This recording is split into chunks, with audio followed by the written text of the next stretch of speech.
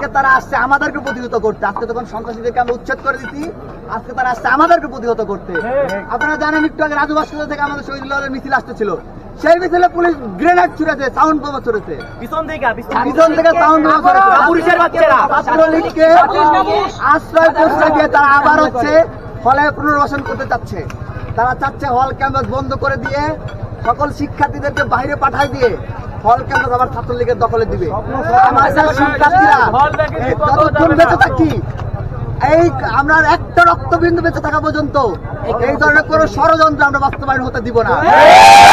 ছাত্রলীগের সন্ত্রাসীদেরকে, কোন টুকাই বদমাস গুন্ডাদেরকে হল ক্যাম্পাসে অবস্থান করতে দেব না। প্রশাসন যতই চেষ্টা করুক না কেন, হল ক্যাম্পাস শিক্ষার্থীরা কোনোভাবেই ছাড়বে না, কোনোভাবেই হল ক্যাম্পাস কোনোভাবেই সন্ত্রাসীদের হাতে ছেড়ে দিবে না। জীবন চলে যাবে, তবু আমরা হলকে সন্ত্রাস মুক্ত, অছাত্র মুক্ত করেই ছাড়বো।